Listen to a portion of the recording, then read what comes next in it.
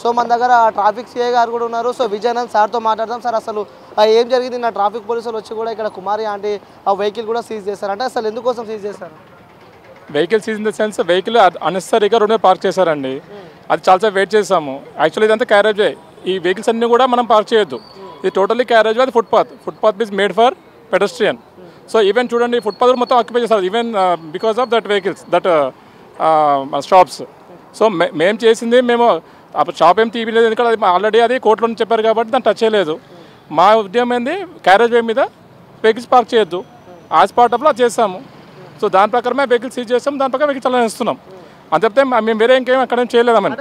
Force ఒత్తిడి ఉంది, మీ పై నుంచి కూడా ఒత్తిడి ఉంది, ఎందుకంటే ఆమె పక్కన వాళ్ళు కూడా ఎవరైనా కంప్లైంట్ చేయడం జరిగింది. ఎలాంటి ఒత్తిడి చెప్పండి?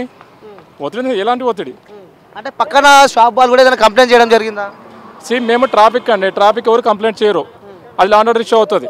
సో ఏదైనా గొడవ అయితే లా అండ్ ఆర్డర్ ఇష్యూ అవుతుంది, ట్రాఫిక్ కంప్లైంట్ చేయడానికి లేదు. Even all are illegally occupied, all illegal. ఇప్పుడు మన మీ ఓన్ ప్రాపర్టీ అయితే కంప్లైంట్ చేయడానికి ఉంటుంది.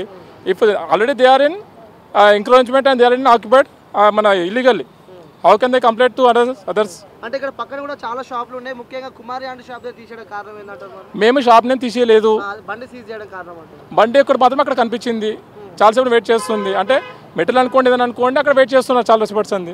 సో ఆ ఆస్పెక్ట్లో చూడండి ఎక్కడైతే మనకు మేజర్ ఎఫెక్ట్ ఉంటుందో అది ఫస్ట్ మనకు సీజ్ చేస్తాం.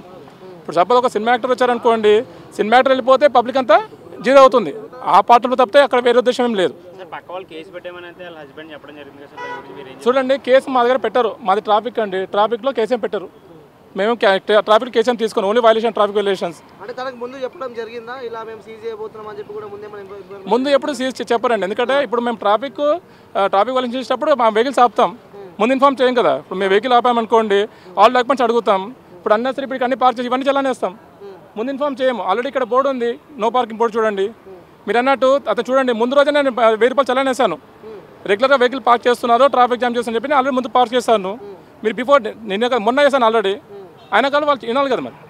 సో కాబట్టి అది నేను ఫస్ట్ మీరు అన్నట్టు ఇన్ఫర్మేషన్ ఇవ్వమండి. ఎప్పుడు కూడా ఇన్ఫర్మేషన్ అనేది ఎవరైతే వెహికల్ డ్రైవ్ చేస్తారో వాళ్ళకి తెలిసి ఉండాలి.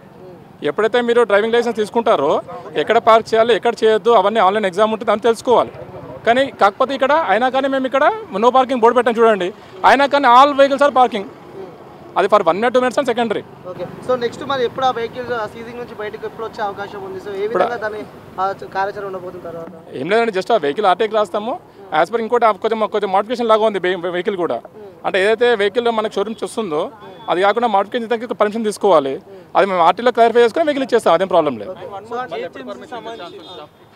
మేమేం పర్మిషన్ క్యాన్సిల్ చేయలేదండి, పర్మిషన్ క్యాన్సిల్ చేయలేదు. మేము అసలు వెహికల్ అసలు షాప్నే టచ్ చేయలేదు, మేము ఓన్లీ వెహికల్సే టచ్ చేస్తున్నాం. అన్నెసరీగా అతను మా మీద చెప్తున్నాం, కానీ అసలు మేము కనీసం మేము ఫుట్పాత్ ఎక్కామా? అంటే వన్ మోర్ సార్, ఇక్కడ ఏదైనా షాపు భారీ ఎత్తున నడుస్తుంది, సో దానికి జీహెచ్ఎంసీ నుంచి ఎలాంటి మినిమం పర్మిషన్స్ లేకుండా కూడా నడిపిస్తున్నారు. డైలీ ఒక టర్న్ ఓవర్ చేస్తున్నారు, దాదాపు మంత్లో వచ్చేసి 5 lakhs టర్న్ ఓవర్ దాకా ఉంటుందని ఆమె చెప్తున్నారు. సో ఏంటంటే జీహెచ్ఎంసీ కూడా చర్యలు తీసుకోవాలి కదా, అంటే తీసుకోవాలండి. ఆల్రెడీ మా తరఫు నుంచి కూడా మేము అది ఆల్రెడీ మా డీసీపీ గారు సిబ్బంది వాళ్ళు కూడా ఆల్ ఫుట్పాత్ ఆక్యుపైడ్స్ అన్ని కూడా మేము రికార్డ్ మెయింటైన్ చేస్తున్నాము. తమరు అన్నట్టు జీహెచ్ఎంసీకి లెటర్ పెడుతున్నాము, కంబైన్డ్ ఆపరేషన్ అని తీపిస్తాం ట్రై చేస్తున్నాం. సో మీకు ఇక్కడ ట్రాఫిక్ మీద ఎవరైనా ఫిర్యాదు చేశారంటే వాహనదారులు కావచ్చు, ట్రాఫిక్ ఇబ్బంది అనేది మాకు కంట్రోల్ నుంచి వస్తుందండి. ఎక్కడైతే ట్రాఫిక్ అవుతుందో అక్కడ రెడ్ సింబల్ వస్తుంది, మాకు ఫిర్యాదు చేయకుండా మా లిమిట్స్ కాబట్టి మేము ఖచ్చితంగా మేము అక్కడ అప్రోచ్ అవుతాం. ఓకే ఫైన్, మేము కూడా చాలాసార్లు కవర్ చేసాము, ఇక్కడ వెహికల్ పార్క్ చేయడం వల్ల చాలా వెహికల్స్ ఆగిపోయాయి. సో దీనికి ఏంటంటున్నారంటే కొందరు పాలిటిక్స్ అంటే రిలేషన్ అంటే సంబంధంతో మాట్లాడుతున్నారు, ఇది కావాలని చేయించారు పాలిటిక్స్. సింపుల్ అండి, పాలిటిక్స్ కాదు. ఇక్కడ చెప్తానండి, ఎక్కడైతే ఇప్పుడు ఈ యూట్యూబ్స్ అనుకోండి ఇవనుకోండి, ఐ థింక్ అంటే ఇప్పుడు ఆమెనే నేనే ఇప్పుడు యూట్యూబ్స్ ఛానల్ వల్ల పబ్లిక్ గ్యాదరింగ్ అవుతున్నారు, పబ్లిక్ గ్యాదరింగ్ అవడం వల్ల ట్రాఫిక్ జామ్ అవుతుంది. ఇప్పుడు చూడండి ఈ ఫుట్పాత్ అంతా నీళ్ళతో నిలబడ్డారు, సో వాళ్ళని చూసి ఇంకొరు అంటే తన వల్ల కొంచెం ఏముండు, కానీ మిగతా వాళ్ళ పబ్లిక్తో కూడా ఎక్కువ ఇష్యూ అవుతుంది. అందువల్ల మేము రావాల్సి వస్తుంది తప్పితే అక్కడ పర్సనల్ ఇష్యూ ఏం లేదు అక్కడ. సో ఇంకోటి ఇక్కడ ఫుడ్ బ్లాక్స్ చాలా షాప్స్ ఉన్నాయి కాబట్టి పార్కింగ్ కి సంబంధించి ఇబ్బందులు కూడా మనం ఎదుర్కొంటున్నాం. సో పార్కింగ్ ఎక్కడైనా ఏర్పాటు చేసే అవకాశాలు ఏమైనా ఉన్నాయా, లేకపోతే ఆల్రెడీ ఇక్కడ పార్కింగ్ కూడా ఉందా? Already they are unnecessary parking.